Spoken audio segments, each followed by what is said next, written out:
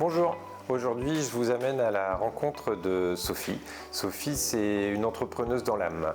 Elle a pratiqué plusieurs métiers, thérapeute, éleveuse de chevaux, maman, et elle fait également de l'immobilier d'entreprise. Après un parcours bien chargé qui l'a menée de la région brestoise à New York, elle a choisi de poser ses valises à Saint-Pabu où elle porte encore de multiples casquettes. Et aujourd'hui, elle a décidé de m'en dire un petit peu plus sur sa casquette de thérapeute intuitive, un métier dont je n'avais jamais entendu parler.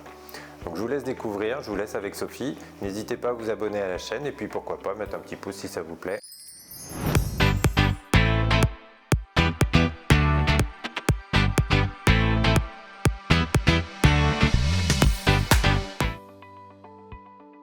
Moi je m'appelle Sophie, j'ai 43 ans. Aujourd'hui je suis thérapeute, éleveuse de chevaux, maman et je fais de l'immobilier d'entreprise. Mais avant tout ça, j'ai fait déjà plusieurs études. Donc j'ai fait un BTS dans la publicité. Après, comme je trouvais que c'était pas assez, je suis partie en école de commerce.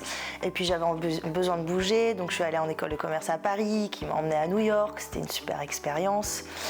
Après, comme je trouvais aussi, c'est pareil, qu'en sortant de l'école de commerce, on nous avait pas appris un métier et qu'on avait un diplôme et qu'on savait rien faire. Je me suis dit, il faut que je me spécialise. Donc j'ai fini avec un master en finance de marché et gestion de patrimoine. Et donc j'ai commencé à sortir de là, au moins maintenant j'avais un métier, je savais faire quelque chose. Du coup j'ai commencé à être conseillère en gestion de patrimoine indépendante parce que je me suis fait refouler dans toutes les banques et parce que j'avais aucune envie de travailler dans un système bancaire, bizarrement. Donc j'ai commencé comme ça à travailler de chez moi, à essayer d'avoir un petit peu de clients, mais niveau commercial, je suis pas très bonne et j'aime pas trop ça. Donc faire le phoning, tout ça, ça me ressemble pas. Donc quand on n'aime pas, ça marche pas. C'est mathématique.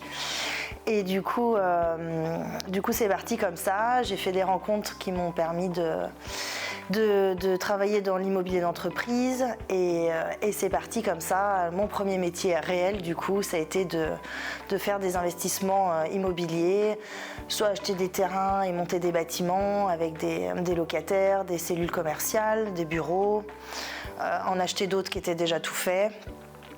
Et puis me dépatouiller de ça pendant 20 ans. Alors c'était pas le job de mes rêves, mais c'était alimentaire, donc on prend. Ça aide. Et voilà, donc j'ai développé ça. Et puis en parallèle, j'ai toujours eu les chevaux, parce que je suis passionnée de chevaux depuis des années. Donc j'ai fait quand même peut-être 15 ans que j'ai des chevaux chez moi, mais avant j'avais une maison avec un petit jardin, j'avais 3000 m², donc autant dire que j'en avais pas autant que ce que j'en ai aujourd'hui. Mais j'ai toujours aimé déjà avoir les chevaux à la maison et je trouvais ça quand même hyper apaisant, reposant. Puis j'aime bien le concours, j'aime bien l'activité physique avec le cheval, la complicité, les défis, les challenges. Et donc j'avais ça aussi dans mon ancienne maison quand j'étais encore mariée.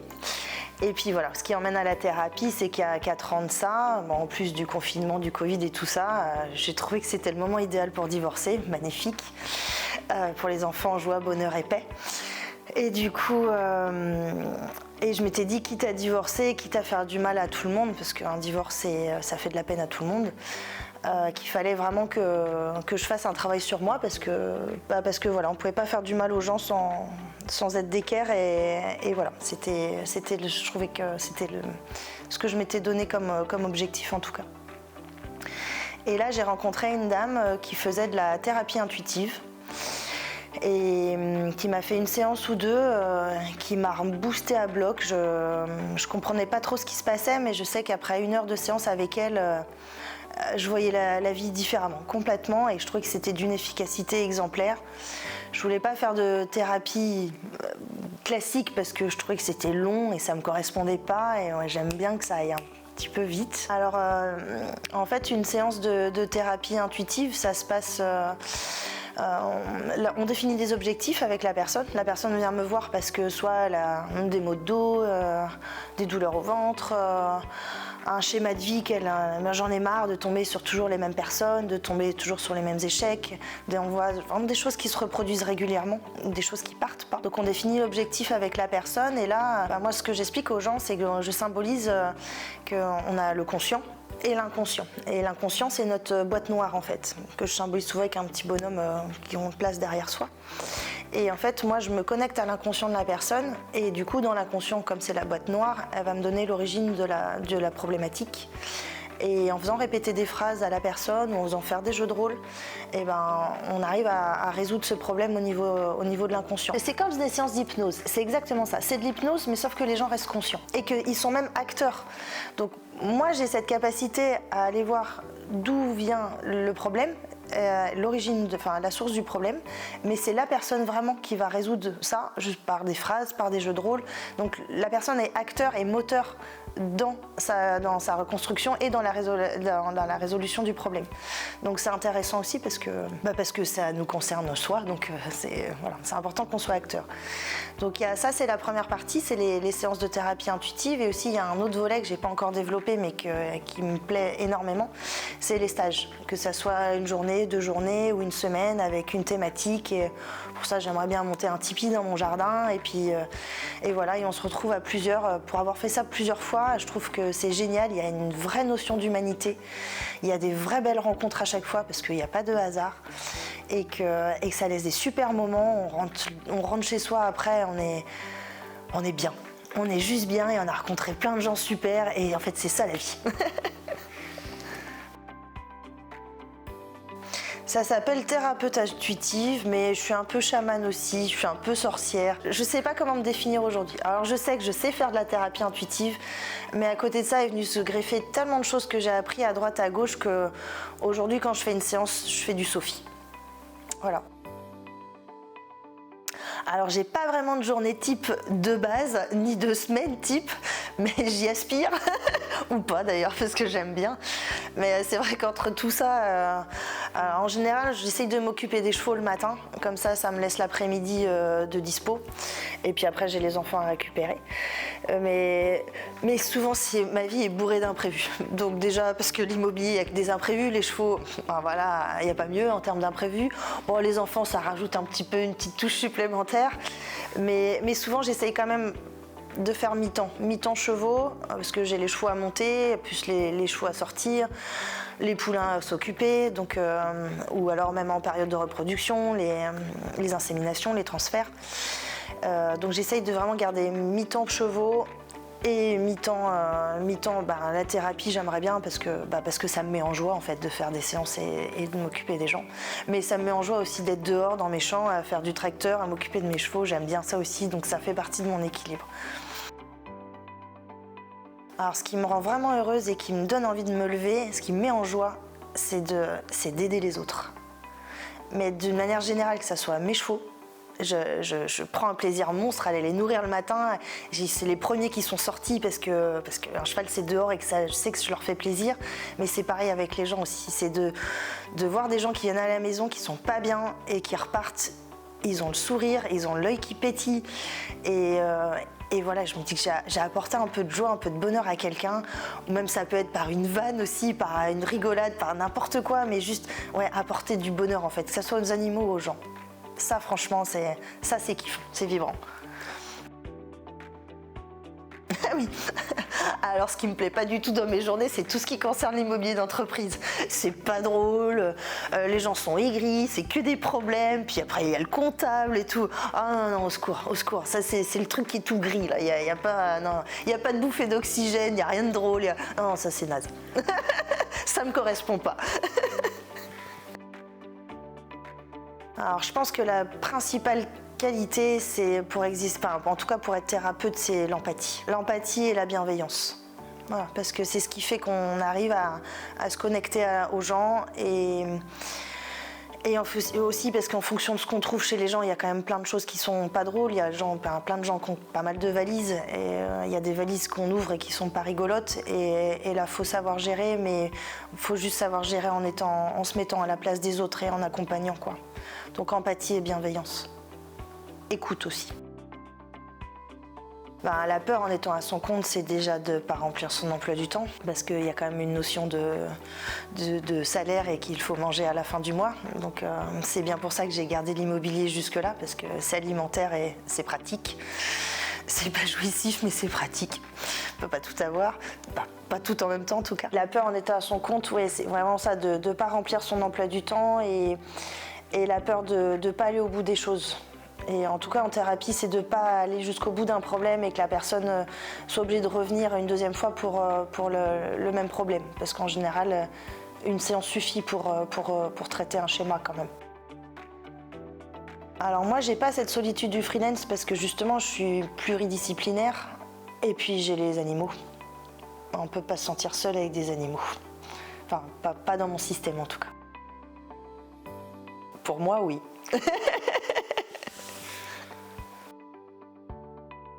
Alors j'en ai une, mais elle est pas drôle. Elle est pas drôle, mais quand je dis qu'il faut être empathique et bienveillant et connecté aussi pour le coup, j'ai une amie qui avait fait les formations avec moi aussi, elle habite à Nantes, on se voit quasiment jamais, mais on se parle beaucoup. Et en ce moment par exemple, elle va pas très bien. Et ça m'arrive des journées de pleurer, d'être mal et de me dire mais c'est pas possible, moi je vais bien. Et de l'appeler le soir en disant tu sais, moi je vais pas bien et puis j'ai pleuré de midi à midi et demi, puis de 16h à 16h30. Puis là elle me dit mais Sophie, c'était pas toi, c'est moi. Et en fait de me retrouver à vivre sa journée d'émotion à 350 km de distance. Et ça, c'est ce qui se passe avec les gens aussi. Quand on se connecte aux gens, puis on est tous connectés les uns les autres. Hein. On est tous reliés, animaux, personnes. Après, on décide de l'utiliser ou pas, mais... Donc voilà, donc des fois, il y a des choses comme ça, il y a des patients que j'ai pas vus depuis super longtemps, et puis je vais sentir qu'il y a un moment, et puis je les appelle, je dis « Ça va, toi, aujourd'hui ?» « Bah non !»« Oh, oui, je chantais bien. » Donc voilà. Les projets, ça serait vraiment développer la thérapie et surtout les stages. Les stages de chamanisme entre guillemets, parce que c'est un mot qui est beaucoup utilisé aujourd'hui, mais le chamanisme pour moi c'est se connecter à la terre, à la mer, aux éléments et reprendre le temps de se connecter justement aux éléments et puis faire déposer des valises et prendre le temps de vivre. Voilà, donc ça j'aimerais vraiment beaucoup parce que je dis à chaque fois, franchement, il y a des groupes qui se créent, qui sont géniaux et puis ça crée vraiment des vrais liens entre les gens. C'est à chaque fois des aventures humaines vraiment magnifiques. Le rêve le plus grand, mais c'est vraiment général, c'est juste de vivre en paix tous les jours. Juste d'être en paix avec moi, mon environnement, que tout le monde, que moi je sois en paix et les autres soient en paix autour de moi aussi. J'ai un conseil à donner à la Sophie qui a 15 ans, je lui dirais tout simplement écoute-toi et fonce. La même chose. Si je pourrais revenir en arrière et me donner un conseil d'il y a 10 ans, toujours écoute-toi et fonce même si ça pique. Alors dans 10 ans, je me vois toujours maison, nature, animaux, et puis plein de stages, plein de monde dans mon jardin. Et puis c'est vrai que j'ai toujours du monde chez moi aussi. Du monde, continuer comme ça justement, toujours du monde et puis bouger aussi. Et bouger plus. Enfant plus grand, donc pouvoir bouger dans le monde. J'ai envie d'aller rencontrer tous les chamans qui existent sur Terre et qui ont tous des méthodes complètement différentes. Aller à leur rencontre et voir tout ça et apprendre, encore apprendre. Toujours pas, dans 20 ans, toujours pareil, mais de mieux en mieux, de plus en plus affûté. De plus en plus connecté, peut-être de plus en plus perché, je sais pas, Sarwell, Dredge, j'en sais rien, mais de plus en plus roots, ça c'est clair. Oui, ça peut, Alors évidemment que je conseille aux gens de se lancer parce qu'on n'a qu'une vie. Après, dans ce métier-là, j'ai envie de dire oui parce qu'il y a tellement de gens qui ont besoin de coups de main que oui, il y a un boulot de malade. Ça c'est sûr, la source est intarissable. Et ce qui est plus compliqué, c'est qu'aujourd'hui, on restreint tellement les gens financièrement que en fait, ce qui passe dans leur budget, c'est ça en fait, c'est de s'occuper d'eux et de prendre soin d'eux. Donc c'est assez dur de voir qu'on peut rendre plein de coups de main, mais que les gens n'ont plus les moyens de le faire, ou de moins en moins les moyens de le faire. Donc c'est vrai que si on peut cumuler les boulots et avoir une source de revenus à côté pour faire ça à moindre prix, pour que les gens puissent se l'offrir, c'est le top du top. Mais voilà, c'est utopiste aussi parce que tout le monde a besoin de manger, quoi. Entrepreneur, métier de jeune ou de reconversion, les deux. Moi j'ai commencé comme ça, mais alors c'est peut-être pas la solution la plus facile pour démarrer, ça c'est clair et net. Ou alors faut être bon au phoning. Bon, c'est pas mon cas, mais c'est hyper intéressant comme expérience. Par contre, une fois qu'on commence à son compte, je pense qu'on est foutu. On peut plus avoir de patron sur le dos, ou alors faut en trouver un super top. En reconversion, ouais, carrément, parce qu'en vieillissant, on s'affûte sur ce qu'on a envie, ce qu'on n'a pas envie, sur qui on est, et puis on aspire tous à un peu de liberté quand même aussi. Alors pour me joindre, ça fait des années que j'essaye de faire mon site internet, mais voilà, là c'est pas encore mon domaine de compétence non plus, mais il faut vraiment que j'y arrive parce que je pense que les gens ont besoin de ça pour s'identifier. Et puis que ça peut donner 2-3 clés, et puis c'est quelque chose de vivant. À Saint-Pabu en tout cas, j'habite Saint-Pabu et ceux qui doivent me rencontrer me trouveront sur leur chemin de toute façon, j'en doute pas. Je crois que les gens, oui, ils ont toujours adoré les séances parce que déjà il y a toujours beaucoup de bonne humeur parce que je suis comme ça, donc je le fais sous la bonne humeur. Que même quand il y a des choses qui sont moins drôles, en fait les gens ils sont contents de se débarrasser de valises chez moi et pas chez eux. Et puis ils reviennent jamais 2 fois pour le même problème. Donc ils sont contents aussi et puis ils reviennent pour d'autres choses après. Qu'ils arrivent là, ils savent pas trop. C'est vrai que c'est un petit peu spécial la méthode, pourtant non pas vraiment. Mais voilà, c'est intriguant et en fait ils sont super contents, ils ont passé un bon moment et ouais, ils sont contents. C'est pour ça qu'ils ont les yeux qui pétillent aussi en partant. C'est ça qui est chouette. Je crois pas, c'est pas mal déjà, non? Je trouve aussi que c'est pas mal.